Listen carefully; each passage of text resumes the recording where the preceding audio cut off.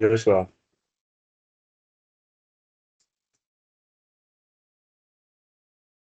Joshua.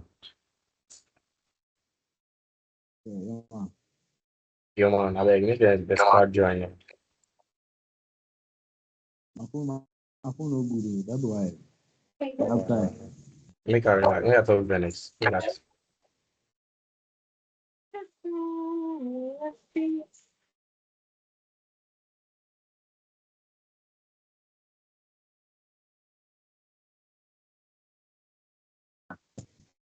Joshua Anna. Joshua. You junior. Yeah. You are junior. I thought you were having issues. Or you've solved them. Mental issues. Everything's fine. Mental issues. Everything's fine. So how are you? I noticed. What?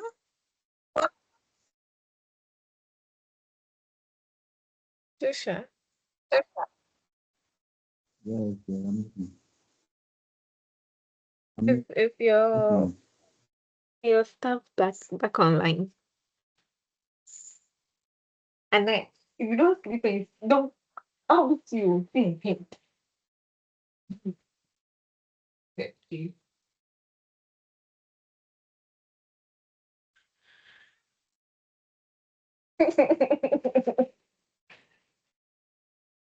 Sorry.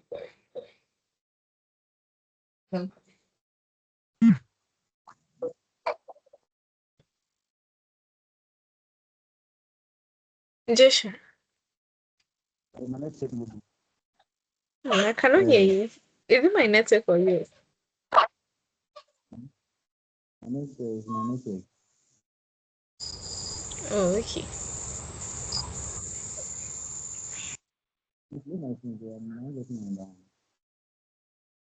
Okay, but you have your laptop now. Yes, all right. Okay.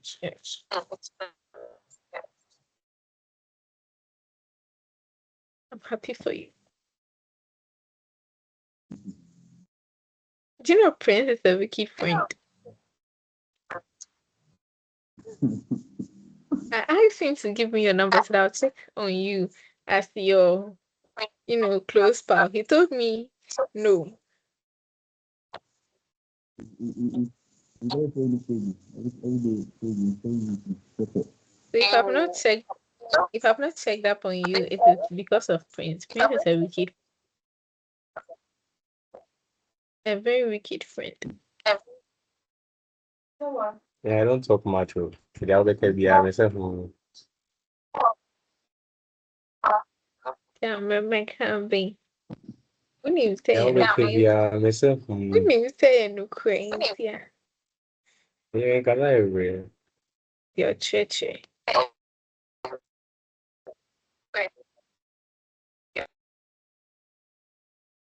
Who is supposed to teach us? Remember, go and sleep. Go and sleep. It's my boss. I've been.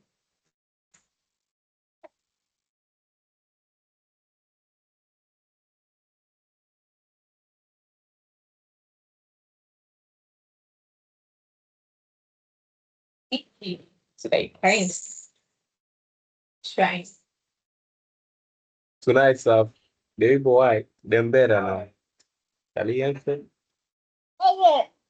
Mo fẹ́ àpòbí mọ́ ẹ̀ ní solve ní ẹ̀kọ́dà.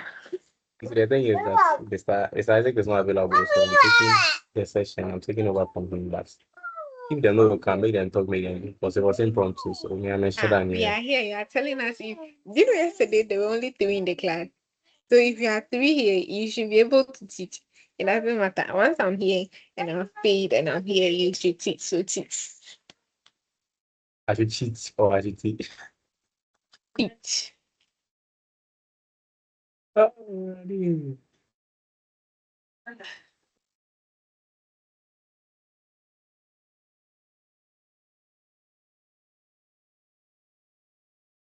But you are come to teach the digital and logic system, or you are come to teach your own course? Nah, his course. Do you know where he is at? You don't join class.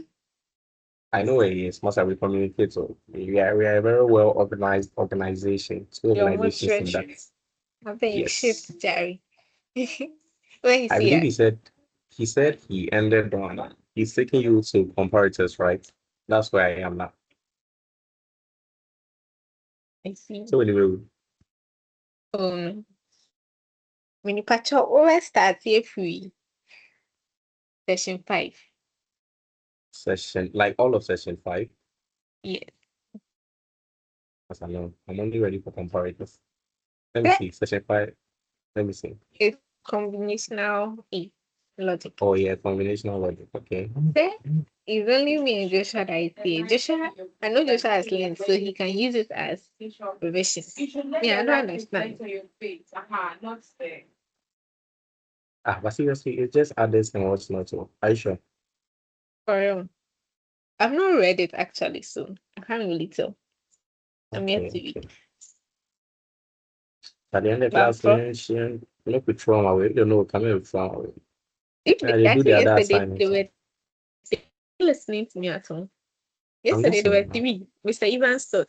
So if you are three today, you can still teach matter. Right on. You can start. Um, Maybe I'm here, sure.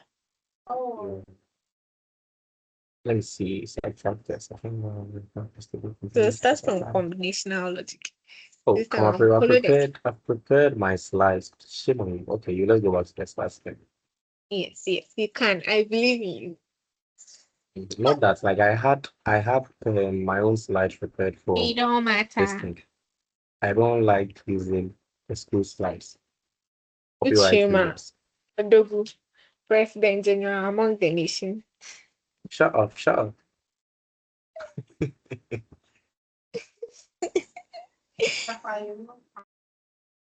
Do you know Jed don't join any class? My warning is I mean, you know, Charlie. Jero, I'll probably on person the share my internet. Okay, okay. yes,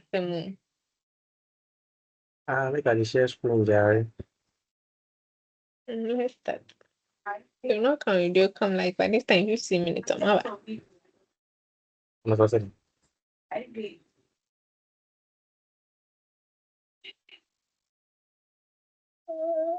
Oh, and I go and sleep. Go. You can see my screen. Yeah. All right, right. So, welcome to another session of the makeup class and all that. Tonight we'll be discussing combinational logic. I believe it was done in the previous lesson, but we will still go over it and then see how far time takes us. Uh, so, what are combinational circuits and how are they different from what you already know about the old and what we call the sequential ones? So, a logic circuit for the digital system may be combinational or sequential. Combinational circuit consists of logic gates whose outputs at any time is a function of the present combinational inputs at that time. This means the outputs depend heavily on the inputs in combinational circuits. The combinational circuits do not use any memory. So then due to the fact that they do not use any memory, their values are updated once a new input is added and then the previous is totally discarded like it's carbon. Previous states of inputs does not have any effect on the present states of circuits, and that's how it's fully differs from what we call it. Um, the other one, that's the sequential. So let's keep that in mind. Come in, let me check something. Can you please speak into your mic? Let me see if my thoughts are working. Hello. Hello. Right. So I didn't hear any of that, so I'll assume my speakers are deactivated. I'm coming in. When Hello. are you speaking? Yeah. Yes, when are you speaking? Okay, give me a second. Mm.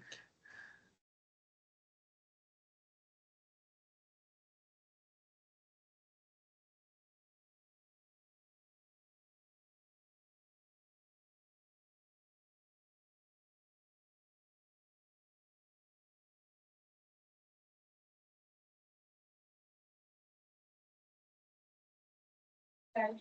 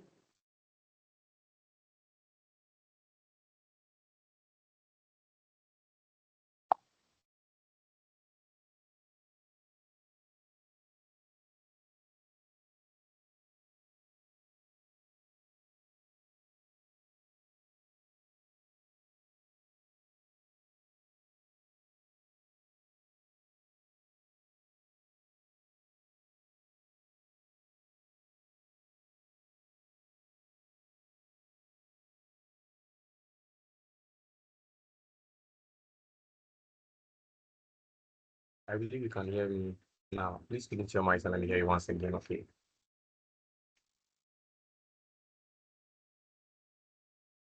Beautiful. Mona, hello, Eric. Well, speak into your mic and let me see if I can hear you now. All right, Yeah. right. That's good. Let's Hello. let's proceed. Hello. I can hear you. Yeah, I can hear you. My network is not good. I don't know what was going on. So let's go. So as I was saying, the difference between a sequential and a combinational logic design of circuits is that in combinational, the inputs at every time decide what the output will be. And then constantly the previous input is discarded due to the fact that there is no storage for it. In a sequential, on the other hand, the current state is always dependent on previous as well as present states because of the fact that storage is being done. One value can be carried on into the next operation. So that's how sequential differs from combinational. Combinational uses only current inputs and then ignores previous ones, whereas sequential's output is always heavily based on both previous inputs. So the combinational circuit consists of input variable, logic gates, and output variables. The logic gates accept signals from the input variables and then generate signals to the outputs. Combinational logic still, this process transforms binary information from a given input data to a required output data. In theory, there is no limit to the number of gates that can be arrayed together in a circuit, in theory. However, in practice, where we actually have to implement these things, there's a limit to the number of gates that can be packed into a given physical space. That makes perfect sense, seeing as the fact that you can implement an infinite number of circuits on paper doesn't necessarily mean you will have the ample hardware space to accommodate all of those arrangements. So for that reason, it is right in theory, but in practice, it is near impossible. It's possible, by the way, just that limitations that have to do with hardware size and then speed and also heat that we have to account for. All these ones limit how many you can actually implement in practice. Arrays of logic gates are found in the guitar integrated circuits. And we know what ICs are. They take the old circuit systems that we have and then you put several of them on a single, so several transistors fitted on a single chip. That's what gives you an integrated circuit. So therefore you have several different logic gates that have been arrayed on a very small chip. Okay. Combinational circuits can have an n number of inputs and an m number of outputs. So it has a particular number of inputs, then it has a separate number of outputs as well. Combinational circuits could be used to design adders, subtractors, comparators, encoders, decoders, multiplexers, and then DE multiplexers too. So this is a block diagram of what a combinational circuit basically does. It takes a number of inputs and it gives out a number of variables or a number of outputs as well. Also, in combinational circuits, depending on the type of circuits, the number of inputs is not necessarily equal to the number of outputs in any case. Here are some types of combinational circuits for performing arithmetic and logical functions. Adders, subtractors, comparators, and programming logic devices are used for that. And for transmission of data, we can use multiplexers, demultiplexers, encoders, and decoders.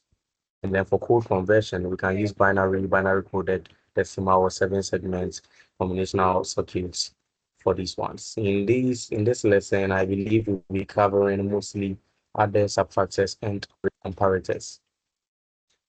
Let's keep going. So design of a combinational logic circuit starts from a verbal problem and in the end in a logic circuit diagram or a set of Boolean functions from which the logic diagram can easily be obtained. Procedure involves the following steps. The problem case is defined. The number of available inputs and output variables are also designed and determined. The variables are assigned to particular letters. Truth table is drawn for all the outputs and then it shows the relationship between them and their inputs too. And then you need a simplified Boolean function for each output. And with those functions, finally you draw the logic diagram. Now the Boolean function from the truth table is simplified by any available method. So you can use algebraic manipulation where you can just simplify it using your knowledge on algebra. Or if it is too heavy, you can use a K-map to simplify and get the expression, or even sometimes a K-map plus K if there are too many variables to handle. Usually there will be a variety of simplified expressions to choose from. So usually you can come up with several different simplified expressions. You're advised to go with the most minimal. That's the most practical way. So it says that from the expressions that you get, so if I do using a K-map, I use whatever, all the expressions I get are different. Some look heavy, some look small. The question is, which one will require you using the minimum number of gates, the minimum number of inputs to a single gate, the minimum time for the signal to get through to the end of the to the output, the minimum number of interconnections, and then which one will take into account how limited the capabilities of each single gate is. That is what you want to be your expression. So for example, if the expressions that we have been given, they come in a form that you realize that this form can easily be written. This time maybe it has about 7 literals. And you realize that I can cut this down to just 2 literals. You are advised to implement the 2 literal one and not the 7 literal one. Even though the 7 literal will not be wrong, it is not as compact and as simple to operate as the 2 literal one, since it is more hardware taxing than the 2 literal one. So the smaller the better, basically. So let's move on to the arithmetic and logic functions. We start with adders. Digital systems perform a variety of information processing tasks. Now, among the basic functions encountered are various arithmetic operations. Most basic arithmetic operations include addition and subtraction. A combinational circuit that performs addition of binary numbers is called an adder. So adders are basically the combinational circuit that are used for addition. That's all you need to know. Adders could be half or full. We shall look at both half and full adders and later consider subtractors. So let's start with the half and full adders. So basically, when you take different inputs and then you try to combine them to give a particular output using addition, the type of logic that the computer implements is called an adder, and that adder is a type of combinational circuit, basically. So let's get right into it. What is a half adder? A half adder only takes 2 inputs. So it's a combinational logic circuit with 2 inputs and also 2 outputs. The input it takes, the half adder circuit is designed to add 2 single bit binary numbers, so just 2, A and B. And then it is a basic building block for addition of 2 single bit numbers. This circuit has 2 outputs, a carry and a sum. So it takes the 2 inputs and it gives a carry and then it gives a sum as well. So remember, 2 input, 2 outputs for a half adder. Now, in a half adder, here's what you can see. It takes an input x, it takes an input y. So x can be 0, y can be 1. It combines x and y, so it combines incoming.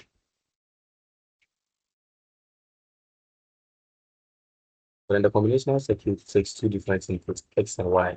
X can assume any state. X may be a 0. Okay. So x can assume any state. X can be a 0, y can be 1. All the half adder will do is combine these two, give the answer as a sum. So it does 0 and adds that to this guy, and it gives the answer as a sum. So in this case, the sum bit is going to be 1. And then it gives the carry that came from the addition. In this case, there was no carry. It displays that too as this. So the block diagram here shows a very compact or simplified representation of how the half adder works. So remember, it takes 2 inputs combines them, gives a sum and a carry, therefore 2 input, 2 outputs. What this means is if this guy was not a 0 and it was a 1, I'm going to have 1 plus 1, and that will give me a 1, and it will give me a carry of what? 1. Sorry, yes, it gives me a carry of what? 0. So in binary, we know that 1 plus 1 gives us 1 with a carry of 0.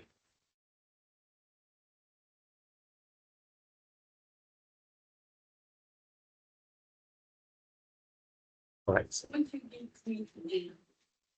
Let's proceed.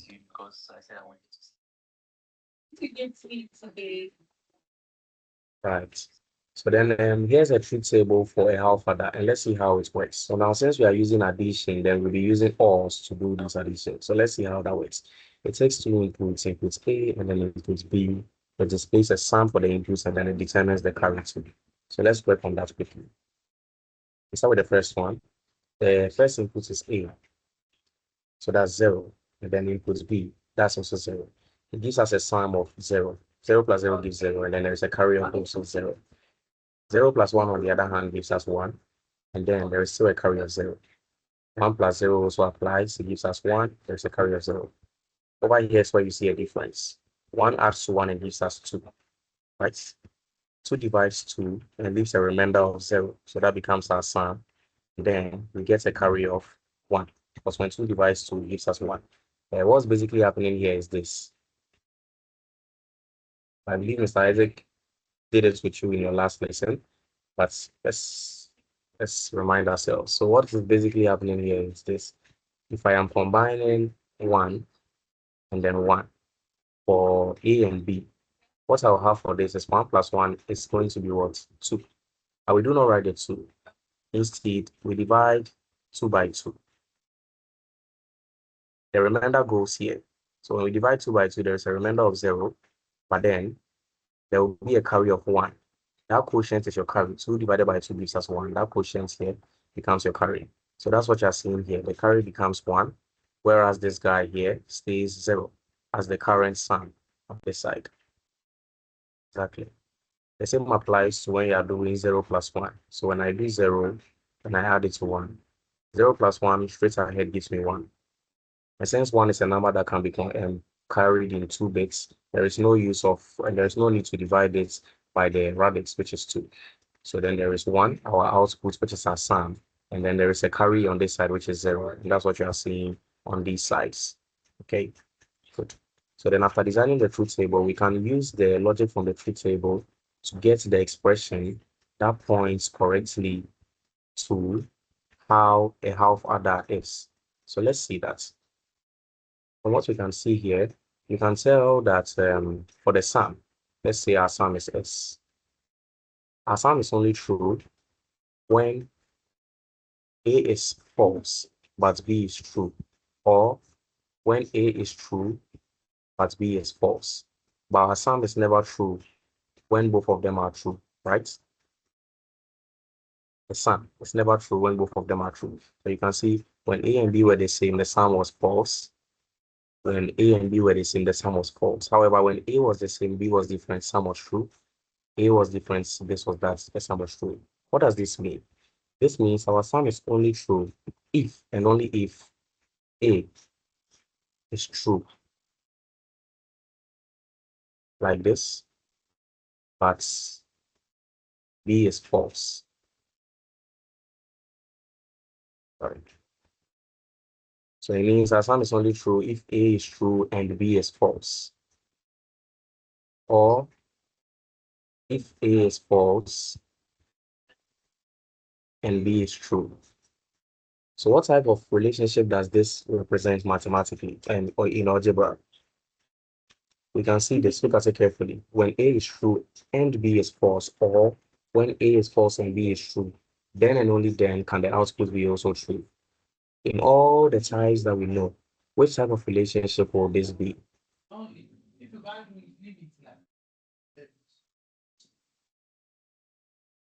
Am I getting an answer? When is an output true, if and only if the inputs are different? Which type of logic what do we call it? Which of the logic operators points out to outputs like this, where the output is only true provided the inputs are always different.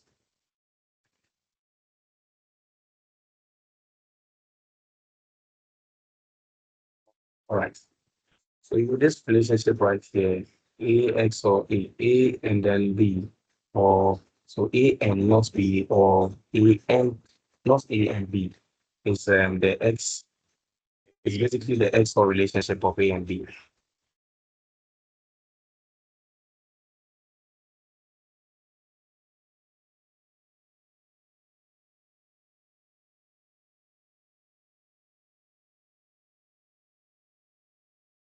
So the sum is the same as an XOR gates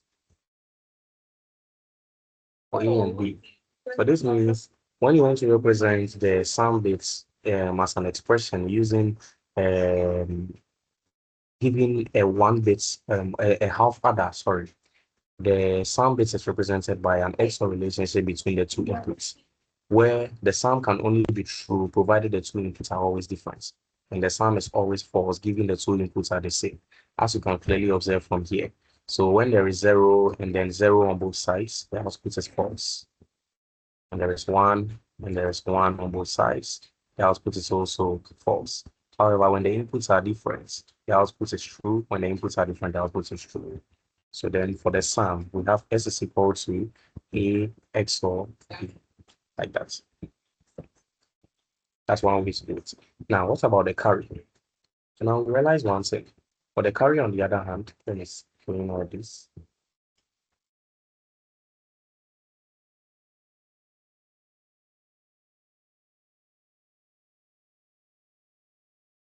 We realize that the carry is false when all inputs are true. They are the same. It's still false when all inputs are different. However, it is true and only true provided that both inputs are the same. So the output is only true in carry provided that both inputs are the same. So which gate prints a yes only when two inputs are the same? Which gate will give you a true provided the inputs are always the same? And they are always true, sorry. Not just the same, but true. What type of logic gates only gives an output provided all the inputs given to it are true? Is it an AND, an OR, an XOR gate, or an XNOR gate? Which one?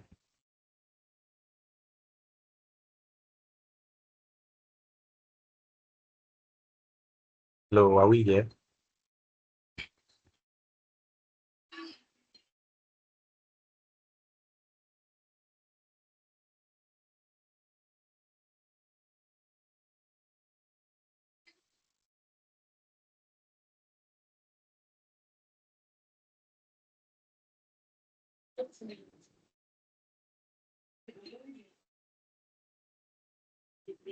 I was asking a question, please. I'm asking that which of the logic gates gives an output to be true only when both inputs are also true? We have just figured out how to know the sums and truthfulness. And we just determined that it is true only when both inputs are different. And it is never true if both inputs are the same. And we said that relationship directly points to the X. X also says that the output can only be true provided that the two inputs are different. And we saw that from the truth table. But then in the carry bit, on the other hand, we all right, hang on.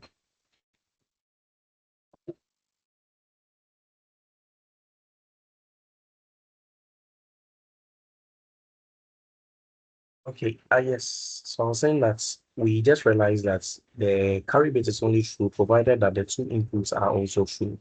Which type of logic relationship points out to this very answer or this very output, where both inputs, the output is only true when both inputs are also true? Is it an AND relationship, an OR relationship, an XOR relationship, or an XNOR relationship?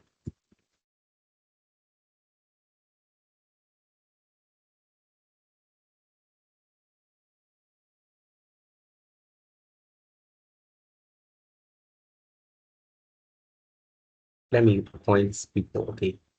Auntie Monica, you're the one closest to my right. If you hear me, please answer. Which logic gate gives an output to be true? Only when its inputs are both true.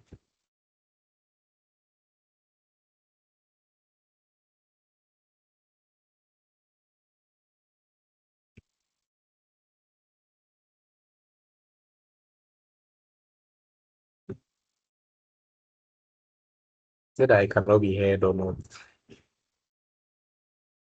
Please, if you can hear me, at least show it thumbs up, okay? Because I can't tell what's happening.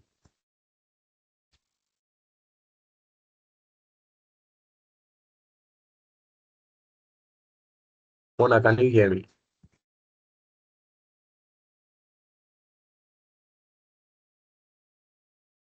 Madam America, can you hear me?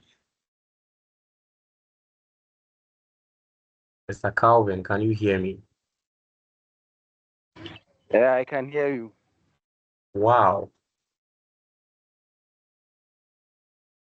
You were referring to me, Okay. or I thought it was I in am you. initially I was referring to you all. I was Oh, referring to sorry, you sorry, all, sorry. but yes, please. So I'm asking that which logic says that the output will only be true provided both inputs are both true. Is it AND or XOR, XNOR? Which of them? The end gate. Is the what? AND gate. Oh, Yes. so why did it take us a good 10 to 8 minutes just to say this? At time is past spent, so you let's not hold on that. So thank you. Yes, it truly is the end gate. So from what we can tell, you can see C is only true, provided that the given inputs, that's A and B, are also true. And it is false for every other case. Therefore, this is strictly the end gate. So if ever you're supposed to write the logic expressions for a half adder, just draw your truth table and look at the relationship that the inputs share for the sum and the relationship they share for the carry, and basically you will have your expression. So we can say our carry C.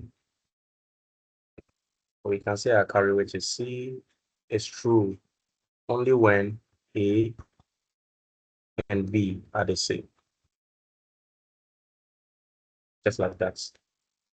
So then if we were to implement this using a logic gates, there are several ways to do it. But the best way to do it is using this form because it is very compact. So all we have to do is implement our A, X, or B, and then A and B. So let's draw a logic circuit for that.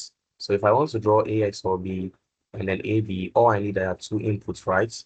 That's my inputs A, and then my inputs B. And I'm just going to have to get implement them using an XOR gate. XOR is like this.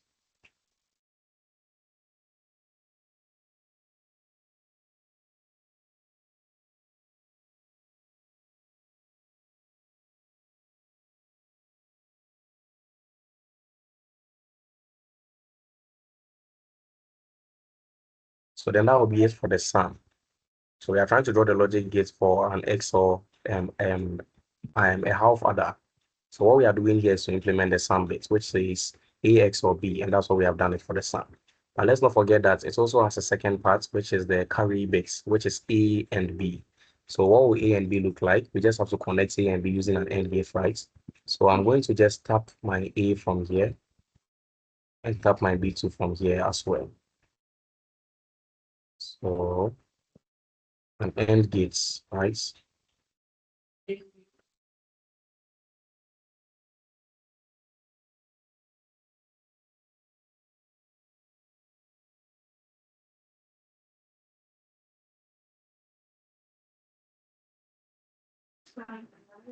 The carry right here. So then remember what our sum is. That's AX or B, right?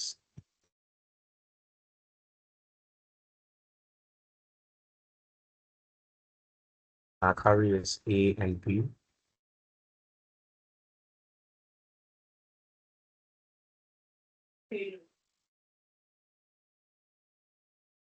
Like that. So this implements it's simple. So as you can see, It says the simplified Boolean expression from our output is A is not true or B is true and B is true, or A is true and B is not true. That is the X or B relationship, and the carry is only true given that A and B are also true. So this is the base. This is basically our half order circuit. Okay, so that's basically it. So I believe this is understood up to this point, and also I believe it was already understood in the previous lesson. So please let me know, can we go on, or do you have any questions concerning this before I proceed?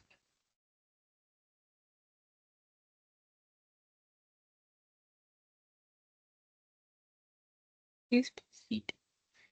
I should proceed. All right, thank you. Let's proceed. So back to that's still the very same thing, explaining the mechanism of a half adder.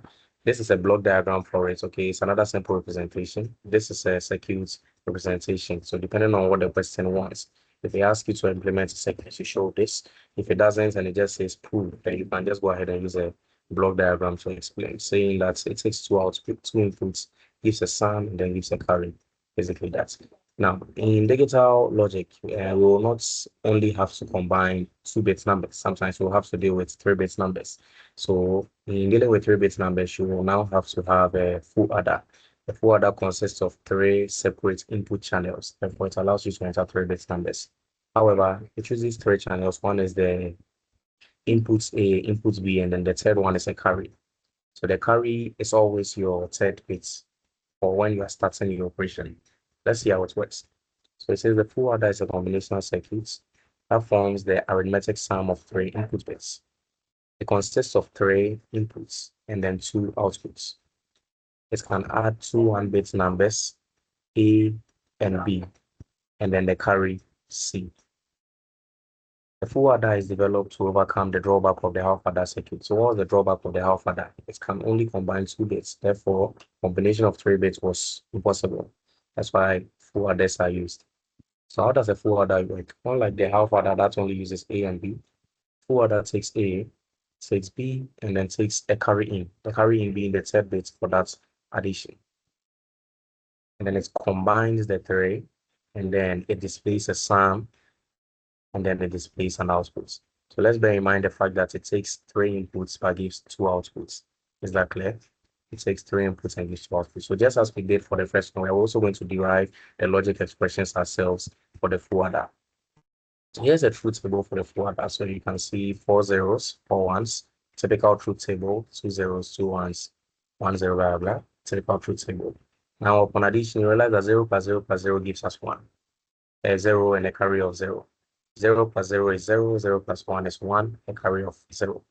0 plus 1 is 1, 1 plus 0 is 1, so the sum is 1, carry of 0. 0 plus 1 plus 1 is 0, carry 1. So 0 plus 1, it gives us 1. It's a remainder of 0, or a carry of 0. And we have 1 plus 1, it also gives us 2. So 2 goes into 2 once. That's our carry with a remainder of 0. So then the 0 becomes the sum and the carry becomes 1. And that's what you are seeing here. So sum is 0, carry 1. 1 plus 0 plus 0. 1 plus 0 is 0. 1 plus 0 is 1. 1. Then 1 plus 0 is still 1. So carry is 0. Sum is 1. Just like the first one, 1 adds to 0 and gives us 1. 1 adds to 1, it gives us 0, carry 1. So that's what you see here. Same applies here. 1 adds to 1, it gives us 0, 0, carry 1.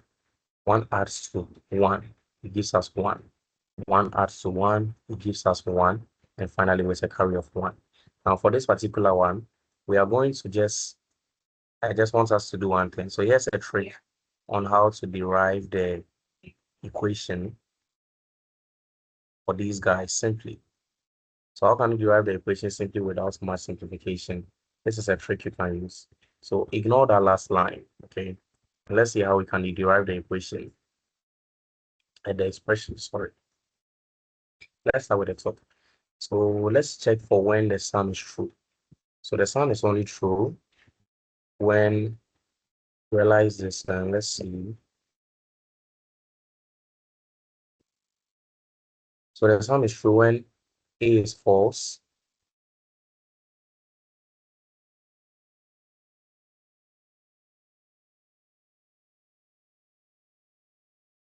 and B is false, yet Cn is true.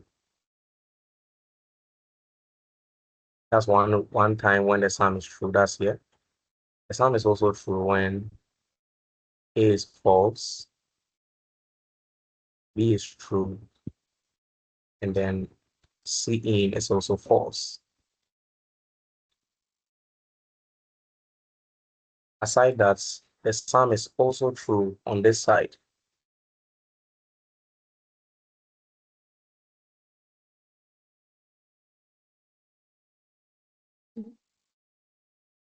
The sum is also true when A is where was I good? When A is true, but this time B is false, and then C is also false. So what do you notice here? The sum is only true given that all these inputs are different in a way. So it means, according to what we see here, only one should be true at a time, and then the other should be false. So it's either A, X or B, or B, X or C. Can't be all three at the same time. This type of relationship can be best represented in a compact form using the XOR relationship that says A, X or B, and that's also X or C for the sum. So then it means the relationship is only true given that at every point, one of the inputs differs. All of them cannot be the same. So at every point, all the inputs differ by one. Okay, one is true. Only one can be true at a time. So it's either AX or BC, BX or AC, or CX or AB. Cannot be the same. They must all be different like that. So that will be for the sum. Now let's see if we can derive the same thing for the carry. And this time I want you all to pitch in your ideas. What are the expressions for when the carry is true?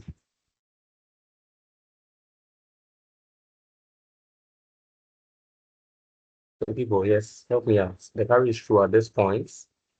The carry is true at this point. The carry is true at this point. What are the logical expressions or the logic expressions that give us that? Help me out with the many times, please. The carry is true when at least two of the inputs are true. So when at least two inputs are true, like in the case of this right here, or the case of this right here. Thank you very much. And then also the case of this right here.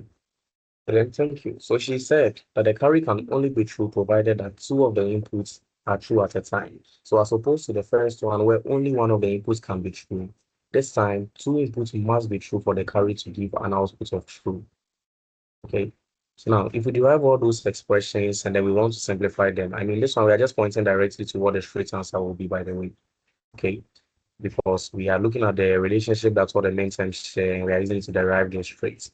But in case you are supposed to show your step-by-step derivation, you must first take out your expressions, and after taking out these expressions, simplify them in a way. But since we are dealing with three variable expressions, one of the best ways to go with is the K-map.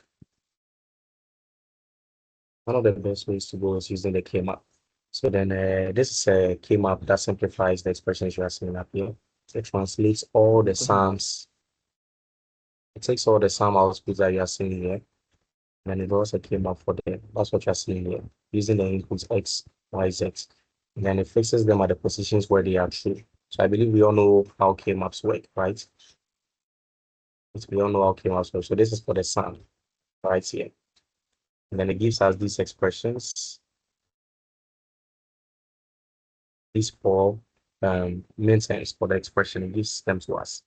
And the carry, on the other hand, we see C is true at these very points. When simplified, so it gives us this. So not much of a difference. It's basically the same thing from the top. Once we derive all these things, they can be further simplified, okay? So now you can also take into account this unchanging factor right here at the bottom, this one right here. One, where for all given that all inputs are true, the outputs are also the same.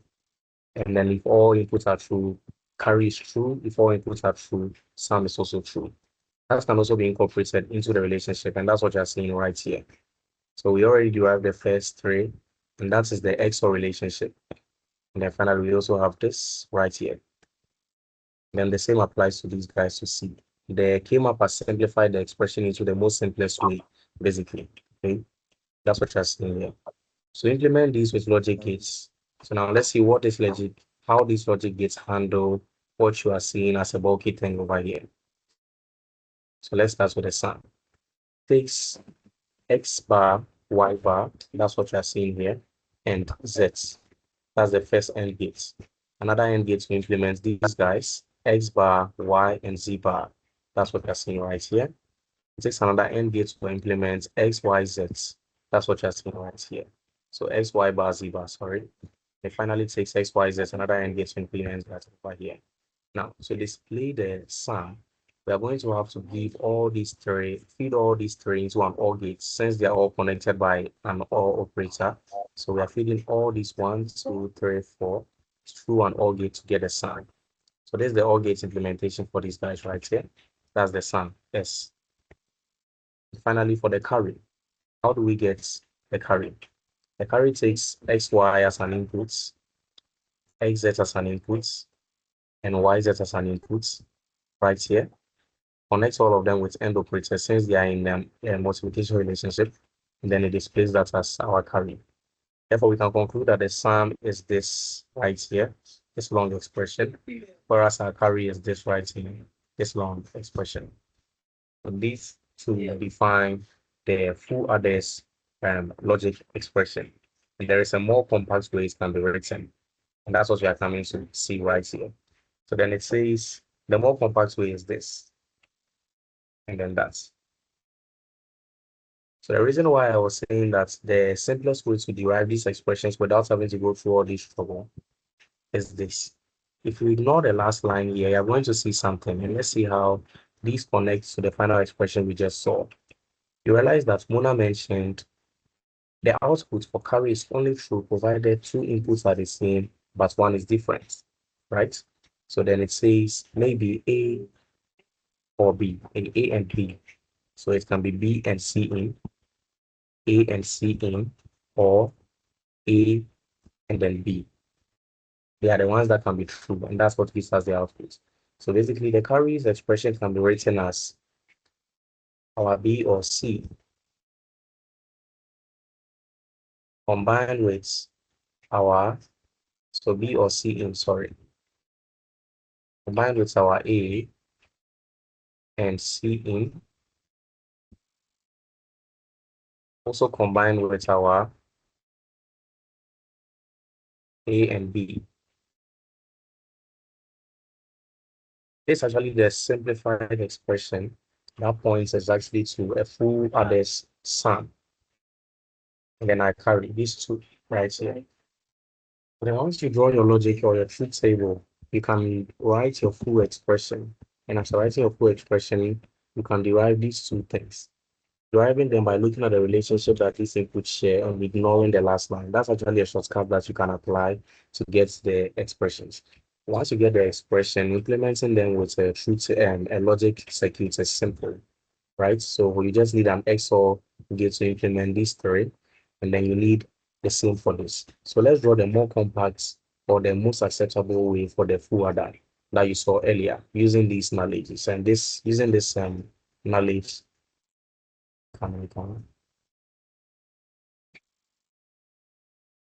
for the A XOR B XOR C relationship, we are just going to connect A, B, and C using an XOR gate. Okay, like basically what you saw is it right here. And we are going to do same for the output using the equation that matters.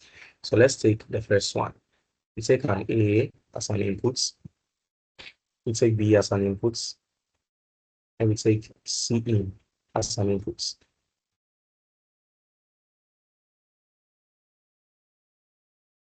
And then we are using an XOR gate.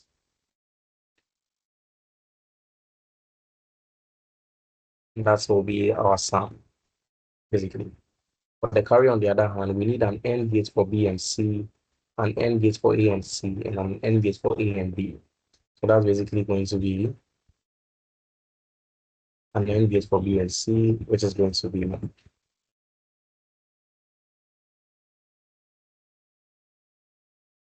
also an AND gate for, and there are several ways you can implement this, by the way. Another AND gate for A and C, so this CA.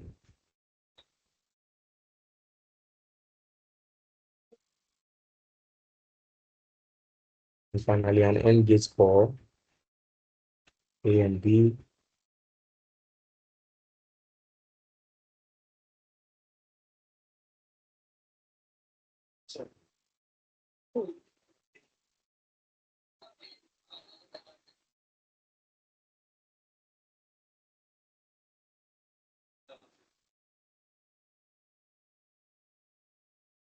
Then we can combine all these three into a single gate. Since they are all combined with all operators, that's plus plus, we can combine all these three using an OR operator. We know that the OR operator accepts three inputs. So then all this will give us our sum like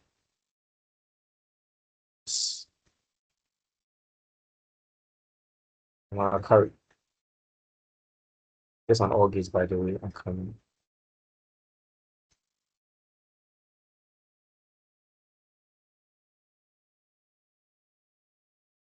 So that's an OR gate.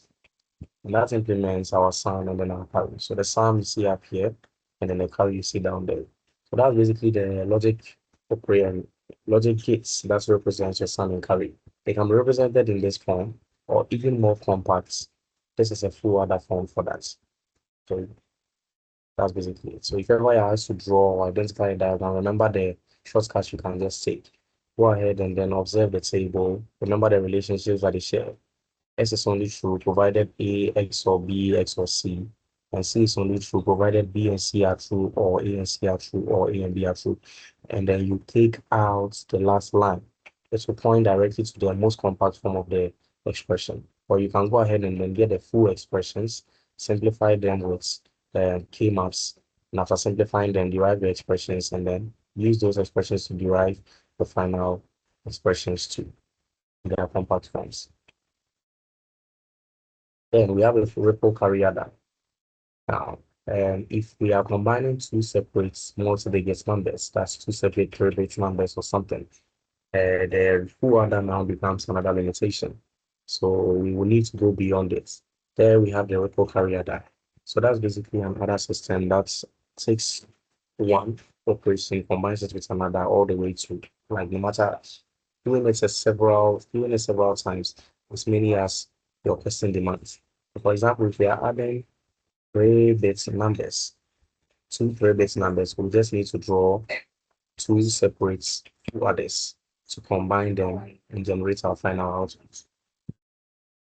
Three separate adders, and then we generate our final output. So if I want one three-bit number plus another three-bit number, I need three separate adders to combine those two, or two separate adders, depending on how you are doing your establishment. So in our most recent assignment, a question was given concerning a particular adder that's a system that should be able to take three bits temperature values and then display a desired output by combining them. And we said, since it's an addition, the best way to go is using an adder.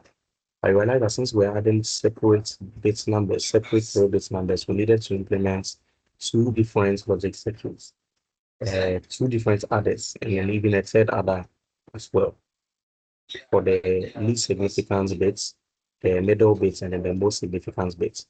That type of adder is called a ripple carrier. And what it basically does is it takes two inputs and it takes a carry in from the previous operation, and it uses it takes the carry out from the previous operation and uses it as the carry in for the new one. Okay.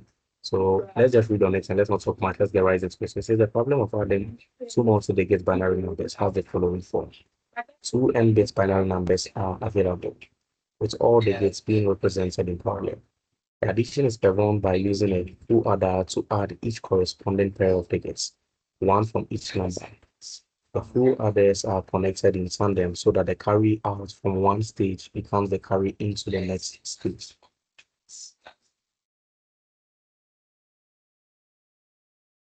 Now, this is basically what it looks like.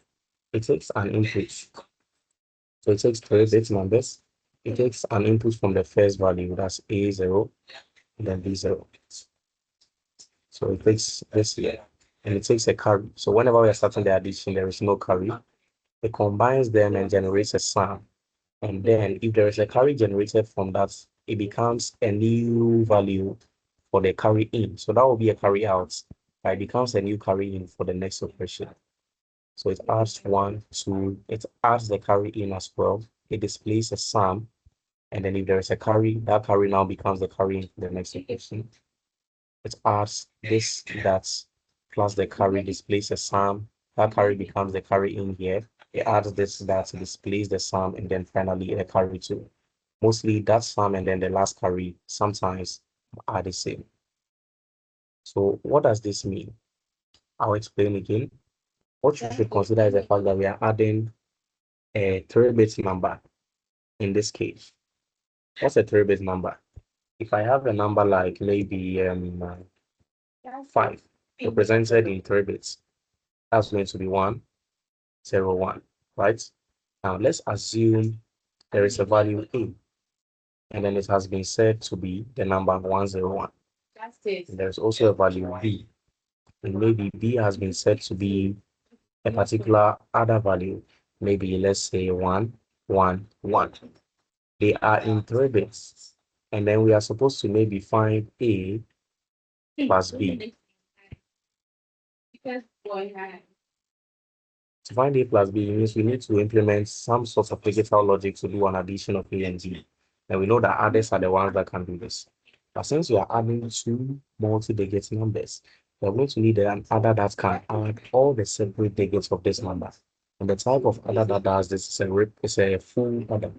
However, because there are 2 separate numbers, there needs to be one adder for the first bit, another adder for the second bit, another adder for the third bit, and another adder finally for the output. These type of additions are done with what we call a ripple carry adder. That is what we are looking at right now. So the ripple carry adder does the addition for the first, takes the sum, and then it gives the carry as an input to the next. And then it carries on all the way to the end. Okay.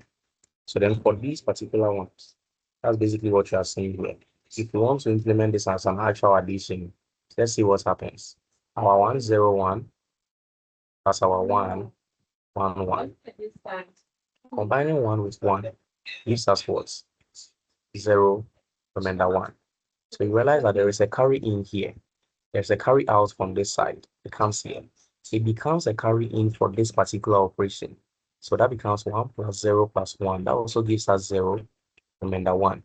That is now a carry out for the middle bits. It becomes a carry in for the third operation. So we do 1 plus 1 plus 1. It gives us a sum of what? 1 with a carry of 1. So then the carry is right here. So that 1 will now become the carry on this side.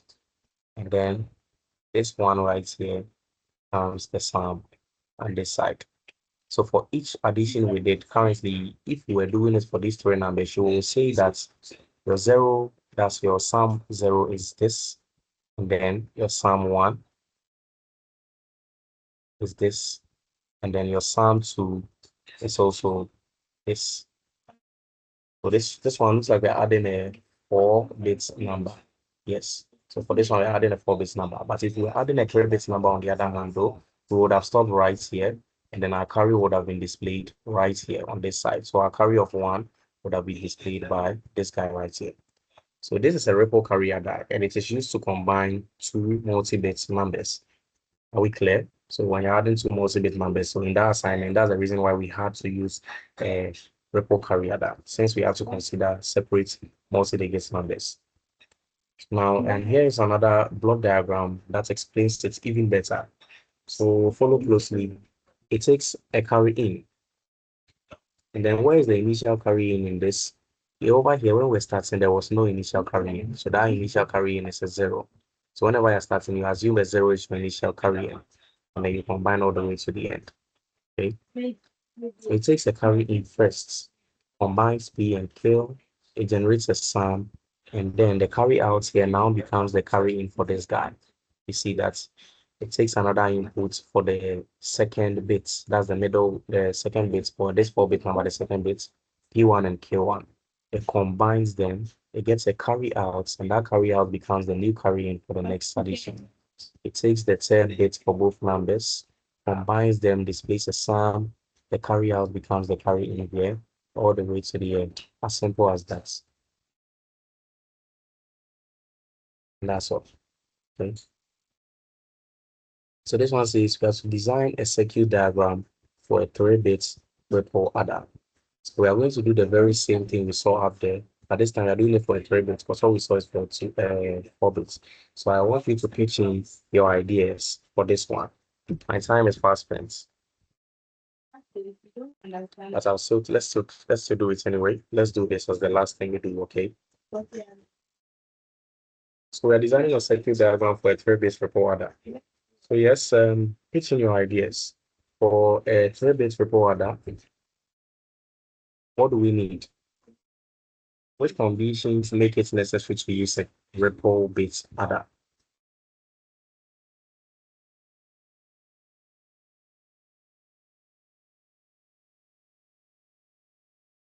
To all those currently in the session, I'm asking a question. As when are we required to use a ripple parry adder? Which condition makes it necessary to use a ripple parry adder?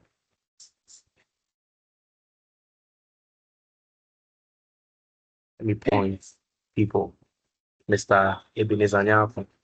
Which conditions make it necessary to use a ripple parry adder?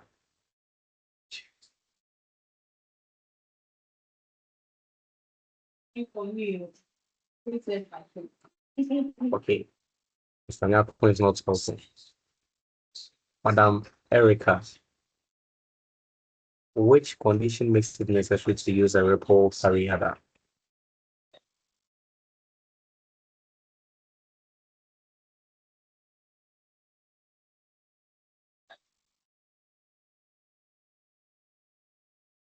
Okay, Mr. Iwa Calvin Buffalo, which condition makes it necessary to use a ripple parry adder? Was the during the report that your line was breaking, so I couldn't hear you very well.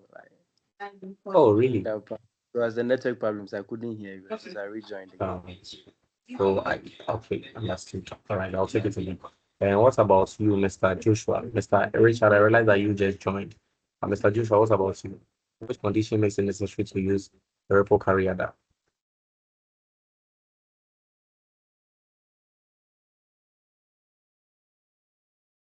Okay. The way you're quiet tells me that you are either not flowing or I am not teaching right, or perhaps my network broke, as I said. So I'm going to take it again, so please pay close attention. I was saying that when we are using alpha this, we are just combining a 2-bit number. So we are combining two Your 1 network is bits. still breaking though. Oh, so you can't hear me clearly. No, I can't hear you.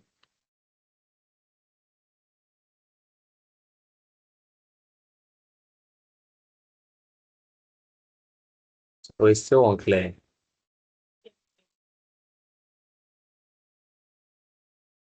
Is it clear? No, it's not.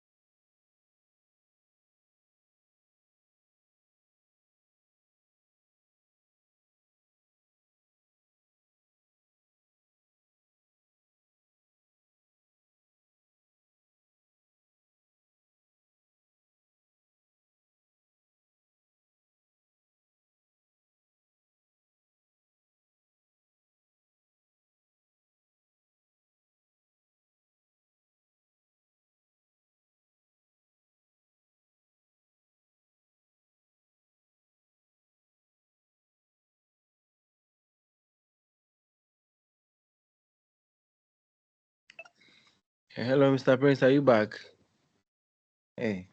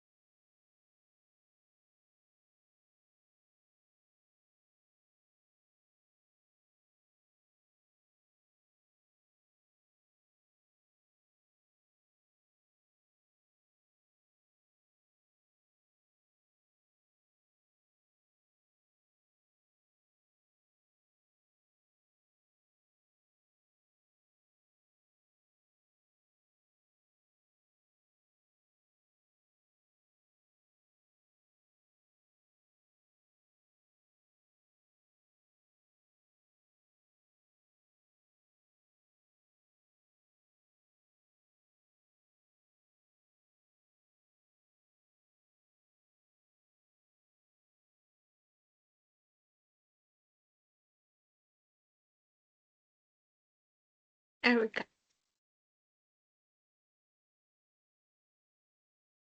Erica. Is she even here?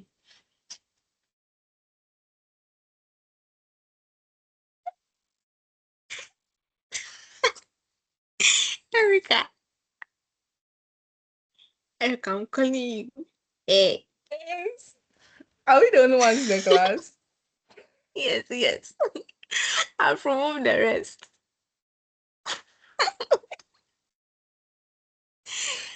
But we can't talk nonsense because I'm sure it's recording. So let me just end it so that we can talk in your DM, okay?